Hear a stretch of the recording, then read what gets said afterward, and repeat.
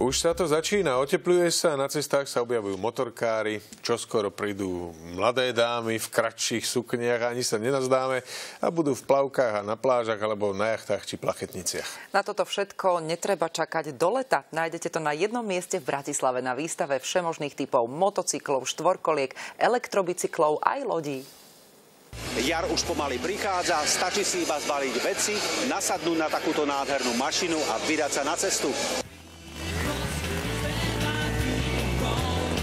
Sedieť na motorke samému môže byť otupné a veľmi dobre padne mať za sebou spoločníčku, povedzme niektorú z takýchto očarujúcich mladých dám. Pokiaľ motorku nemáte, máte možnosť si nejakú vybrať. Bude to ale asi dosť náročné. Od dnes až do nedele sa na bratislavskom výstavisku konajú výstavy motocykel a boat-show. Tento rok sa tu prezentuje viac ako 140 vystavovateľov z 10 krajín. Sú tu vystavené cestné motorky, športové, enduro, mopedy, trojkolky a štvorkolky, poprípade aj táto 8-kolka, hračička v podobe vojenského BVPčka pre dospelých chlapov s dušou chlapca. Každoročne sem vystavovatelia prichádzajú s novinkami. Tento raz sú tu modely, ktoré ešte nie sú ani v predaji.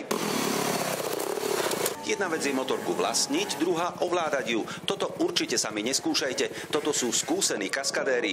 Oveľa múdrejšie by bolo nechať sa poučiť od odborníkov, ako jazdiť bezpečne. Budeme sa tu rozprávať so známymi motorkármi aj s našimi obľúbenými Ivanom Jakešom a Štefanom Svitkom. Toto sú bicykle, ktoré môžete použiť do akéhokoľvek prostredia, či to je mestské prostredie, les, piesok, voda, sneh. Ide o elektrobicykle, ktoré sú vo svete i u nás čoraz viac obľúbené.